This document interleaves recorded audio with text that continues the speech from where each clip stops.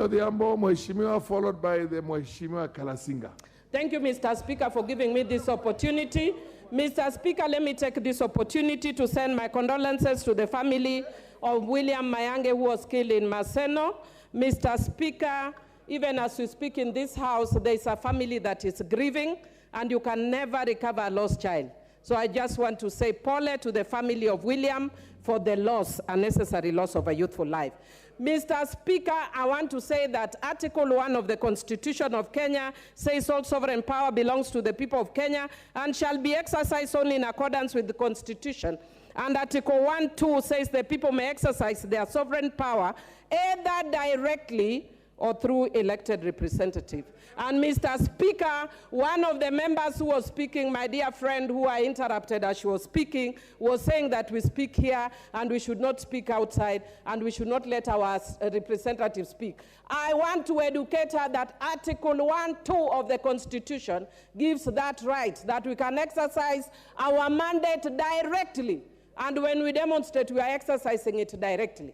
So we cannot be having tyranny in the house. We can also have tyranny outside the house. Mr. Speaker, I also just want to say that Article 37, and I want to agree with members across the divide, and I want to thank Honorable Muya for speaking very soberly and saying that Article 37 allows for picketing and peaceful picketing.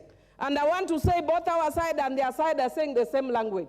Let us have picketing, which is allowed under Article 37, with no condition, because the Constitution does not give condition, except peaceable picketing.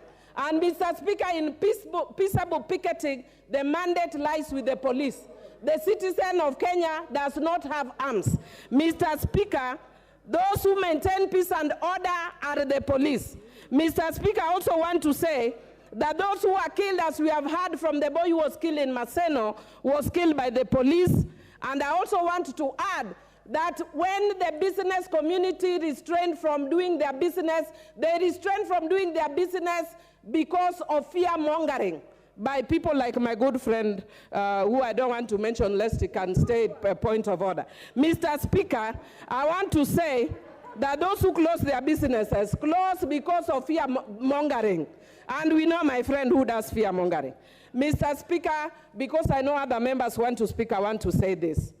I want to thank you, Mr. Speaker, for giving this House direction, that it is actually wrong for us to be mentioning other people who are not here and calling them names, like regrettably, my good friend, Honorable Ichung'wah, called Honorable Raila an urban terrorist. Mr. Speaker, if it weren't for your order, I could also have called Honorable Ruto national terrorist.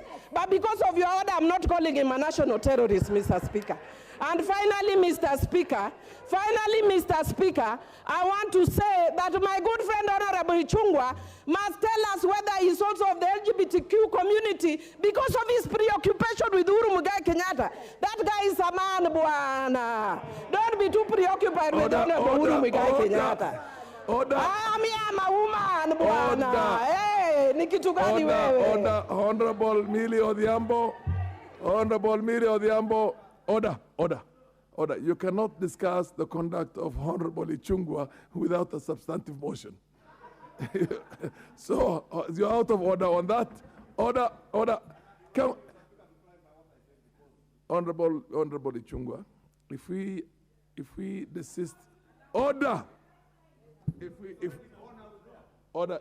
we desist, order. Honorable Owenbaya, when the chair is on his feet.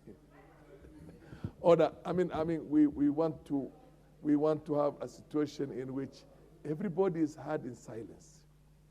Whether you don't like it, whether it's outrageous, whatever it is, unless it's absolutely out of the order, or the orderly running of the business of the House, just wait. When you get your moment, rebut. You know what I mean? You get your moment, you can then say the counter and give your counter argument. But if you keep on saying order, point of order, Milly. Can we have the next speaker, Honorable Kalasinga? Order. Are you on a point of order, Mohammed Ali? Is it absolutely necessary? Okay, proceed, Honorable Ichung'wah. First, Honorable Speaker, let me thank you for protecting me because the Honorable Millie was on the verge now of discussing me without a substantive motion. But more importantly, Honorable Speaker, it is important to point out, and maybe she was not listening to what I said, because if you listen to what I said at the beginning, I indicated when I mentioned about economic terrorism and urban banditry, I said what I have described elsewhere as economic banditry and economic terrorism, Honorable Speaker. Number two, Honorable Speaker, the Honorable Millie, as much as you have ruled her out of order, must then withdraw what she has said and apologize to the House. Because Majority Leader, you made your point. Honorable Kalasinga, followed by the MP for Wajir South.